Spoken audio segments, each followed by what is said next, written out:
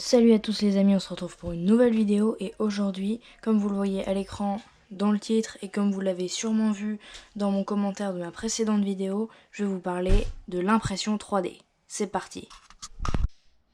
Donc récemment j'ai acheté une imprimante 3D, c'est la Creality Under 3 et je vais imprimer une pièce et vous montrer ce que ça donne.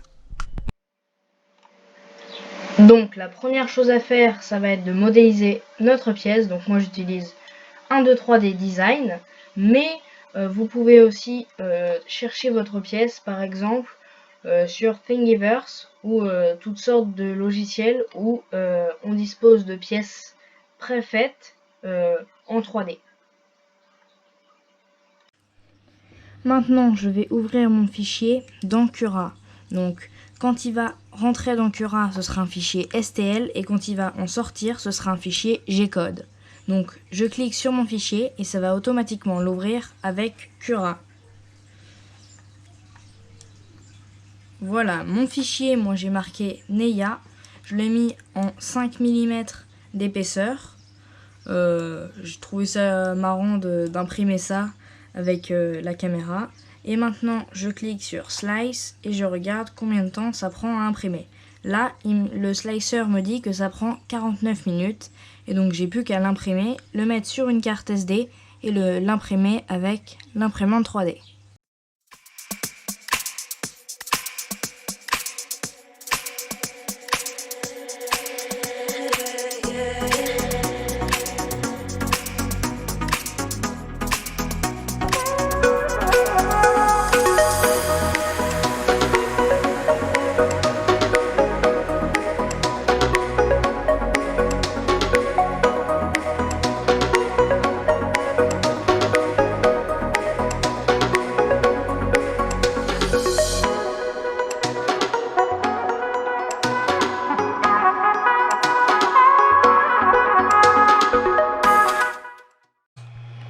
Je vais essayer de les enlever du premier coup sans les casser parce que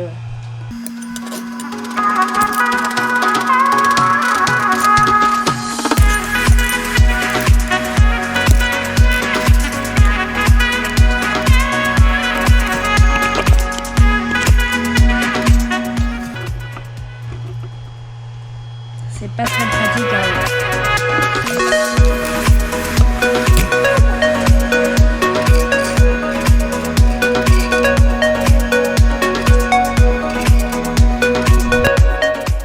Comme vous l'avez vu dans le timelapse, l'impression s'est très bien passée. Donc oui, j'ai imprimé Neya. Maintenant, je vais vous parler des défauts de la pièce. En fait, pour cette pièce-là, il n'y a quasiment pas de défaut. La pièce c'est très bien imprimé. À part que dessus, c'est pas très propre. Contrairement à certaines pièces que j'avais imprimées qui ont eu des petits défauts. Voilà, ici. Mais alors ça, maintenant, je sais à quoi c'était dû. C'est dû au fait que, en fait, normalement, l'imprimante 3D, il faut la mettre dans un endroit où il n'y a pas de courant d'air. Et là, il devait y avoir la porte d'ouvert. Et il y a un moment, il y a eu un courant d'air au début. C'est pour ça que la pièce s'est un petit peu déformée. Aussi, sur cette pièce-là, ça s'est un petit peu déformé. Là, ça n'a pas très bien accroché le bout. Mais bon, en tout cas, sur des pièces comme ça, ça passe très pratique, il n'y a aucun défaut. Donc je suis super content. Maintenant, je vais vous expliquer pourquoi j'avais envie d'avoir une imprimante 3D. Déjà, une imprimante 3D, ça fait très longtemps que j'en voulais une. Et du coup, avec la chaîne YouTube, ça m'a poussé à en acheter une. Donc je vous mets les liens de là où je l'ai acheté, du site où je l'ai acheté dans la description. Donc n'hésitez pas à faire un petit tour. Moi, elle m'a coûté 300 €, donc avec les filaments. Donc j'ai pris 3 bobines de filaments, ça m'a coûté à peu près 300 €. Donc l'imprimante a coûté 250 € et elle était déjà montée. Mais vous ne pourrez pas l'avoir déjà montée. C'était pour la petite anecdote, moi je l'ai eu déjà montée parce que le vendeur, il y avait un client qui lui a demandé de la monter avant de l'acheter. Donc il l'a montée. Et au dernier moment, le client s'est désisté et du coup le vendeur voulait pas la démonter pour la remettre en vente sur son site internet. Et du coup il l'a mis en ligne sur Le Bon Coin. Donc je l'ai eu déjà monté à 250 €. Voilà, c'était une petite vidéo sur l'impression 3D pour vous expliquer comment moi je l'ai acheté, à quoi ça va me servir. Donc je vous l'ai expliqué beaucoup dans le domaine du bricolage, mais aussi si un jour j'ai besoin de faire un pot de fleurs imprimé en 3D, je pourrais, ou toutes sortes de choses comme ça.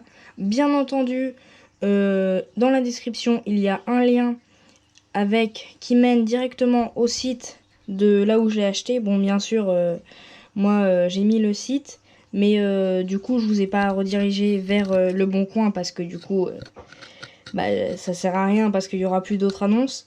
Mais au moins vous pouvez aller voir si vous voulez juste regarder, ou alors si vous voulez vous acheter une imprimante 3D.